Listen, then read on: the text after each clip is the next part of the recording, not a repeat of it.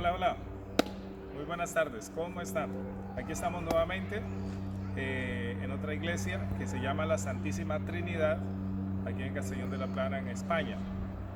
Bueno, hoy tenemos otro tema muy interesante, pues también muy controversial, porque tiene que ver con el aspecto, digamos, de las leyes, con el aspecto ético, lo que es moral. Yo sé que hay también unas discusiones acerca de la ética y la moral. Muchos dicen que la ética es es la que estudia la moral, y la moral es lo que es el comportamiento humano acerca de lo que es bueno y lo que es malo, ¿sí?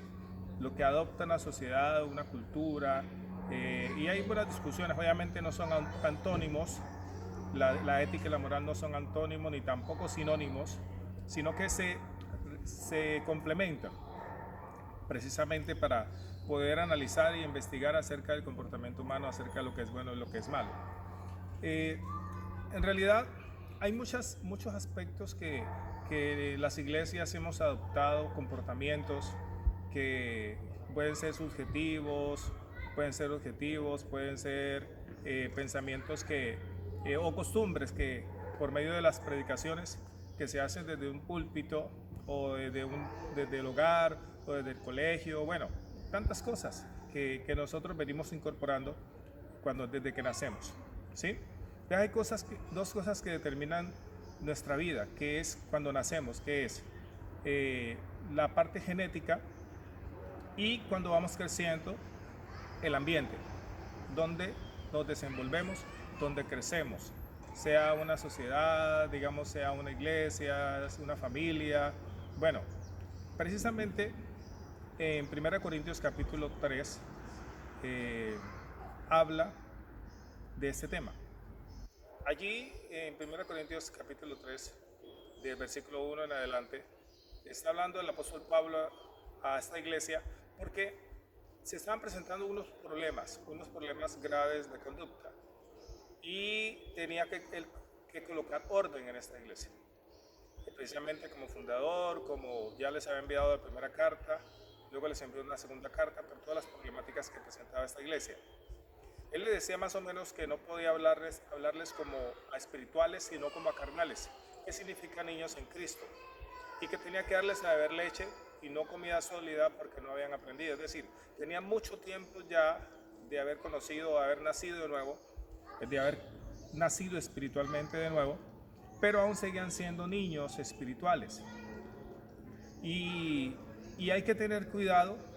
¿Por qué? Porque muchas personas se dejan engañar a sí mismos porque creen que porque se manifiestan los dones espirituales en esta iglesia, se manifestaban los dones espirituales, es decir, la sanidad, el don de sanidad, el don de profecía, el don de fe, bueno, muchos dones, el don de presidir, el don de lenguas, bueno, y hay muchas discusiones acerca de este tema.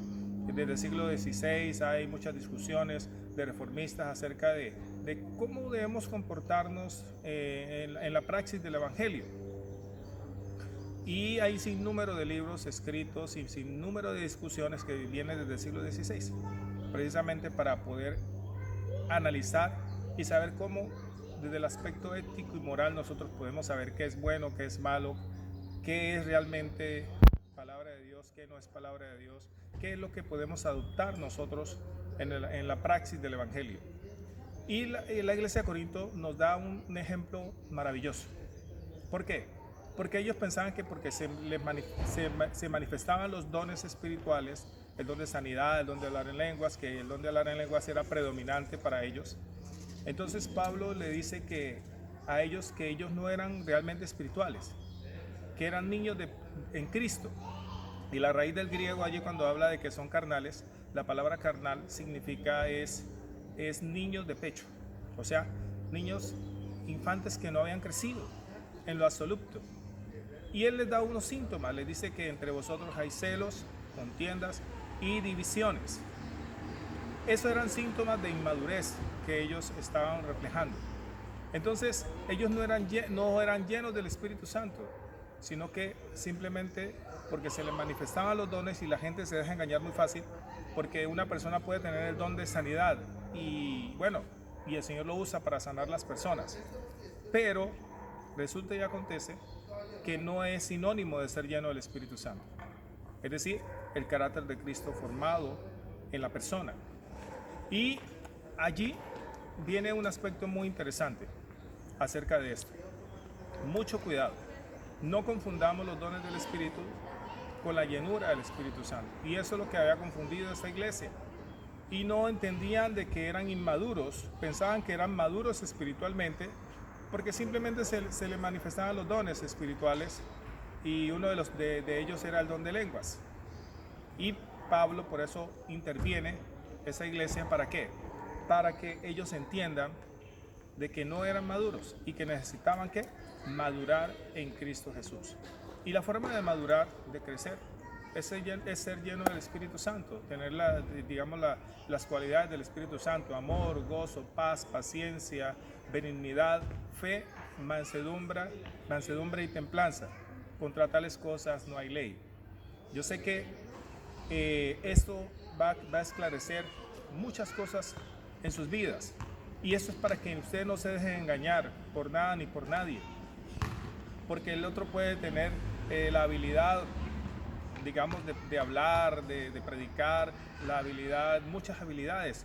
Por lo menos en Mateo capítulo 7, 21, ¿se acuerdan cuando el Señor dice: no todo el que me dice Señor, Señor, entrará al reino de los cielos, sino todo aquel que hace la voluntad de mi Padre que está en los cielos? Entonces, y en aquel día muchos me dirán: Señor, en tu nombre hicimos muchos milagros, en tu nombre hablamos, sanamos muchas personas, hablamos nuevas lenguas. Y el mismo Jesús está hablando allí y enseñándole a sus discípulos y diciéndoles que les declararía a ellos y les diría a ellos: nunca os conocí, apartados de ellos, hacedores de maldad. Eso era lo que les afirmaba. Pero si nos ponemos a analizar un poquito acerca del relato, ¿qué estaban diciendo estas personas? No estaban diciéndole cosas malas a Jesús. Le estaban diciendo: Señor, pero en tu nombre hicimos milagros, en tu nombre hablamos nuevas lenguas, en tu nombre sanamos personas, echamos fuera demonios. Eran cosas buenas, pero Jesús les dijo: apartados de mí, hacedores de maldad. ¿Saben por qué? Porque ellos estaban sumidos, así como la iglesia de Corinto, pensando que los dones espirituales era lo que los hacía ser maduros espiritualmente, y resulta que eran inmaduros, y esas personas eran hacedores de maldad. Simplemente tenían los dones pervertidos, como muchos están usándolos hoy. ¿Para qué? Para engañar, extorsionar y para aprovecharse de las personas. Entonces, por eso hasta aquí voy a dejar este video, porque el tema es muy amplio. Ya me voy a centrar en un siguiente video, vamos a continuarlo. ¿Para qué? Para que entendamos bien el aspecto ético y moral a profundidad. ¿Listo? Entonces, esta parte es interesante y es importante, porque si tú y yo la entendemos, nunca más te vas a dejar engañar por nadie. Nunca más te vas a dejar guiar por alguien que realmente solamente se le manifiesten dones espirituales. Por eso la iglesia cristiana ve a alguien que sanó o sana personas y toda la iglesia va detrás de esa persona. No. ¿Por qué? Si tú no conoces a esa persona, los discípulos le preguntaban a Jesús: Señor, dinos, ¿cómo hacemos? Voy a parafrasearlo. ¿Cómo hacemos para conocer si una persona viene de parte tuya o no? Jesús, ustedes toda esa frase la conocen siempre. Jesús les dijo: por sus frutos los conoceréis. Noten que no les dijo: por sus dones espirituales los conoceréis. No, Él les dijo: por sus frutos los conoceréis. Y ahí le está hablando de ¿qué? Del fruto del Espíritu. Está hablando de madurez. Está hablando de que el amor de Dios en esa persona se le ha perfeccionado. Es una persona que ha madurado verdaderamente, que ama a Dios, se ama a sí mismo y ama a las personas realmente. Entonces, por favor, no se dejen engañar. ¿Por qué? Porque las señales nos siguen. En Marcos 16 lo dice, 16, 17. Dice que estas señales seguirán a los que creen. Entonces, las señales van detrás de nosotros, es decir, tú caminas y las señales van detrás de ti. Pero resulta que la iglesia está en contravía. van detrás de las señales. Es decir, van detrás de esas personas que sanan enfermos o que hablan bonito o que hacen esto o hacen aquello. Y nunca se dan la tarea de, ¿qué? De conocer a esa persona. Como Jesús lo dijo, por sus frutos ¿qué? Lo conoceréis. Y es importante que tú conozcas a la persona que te está guiando espiritualmente, a la persona que te está hablando, que te está alimentando espiritualmente. Es importante que lo conozcas.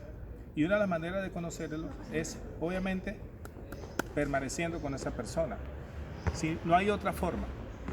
Así que no te vayas detrás de las señales. Las señales te siguen, nos siguen. No te vayas detrás de las personas. Sí, yo no estoy diciendo que no puedas ir a un culto de sanidad y bueno, de milagros y recibes tu milagro.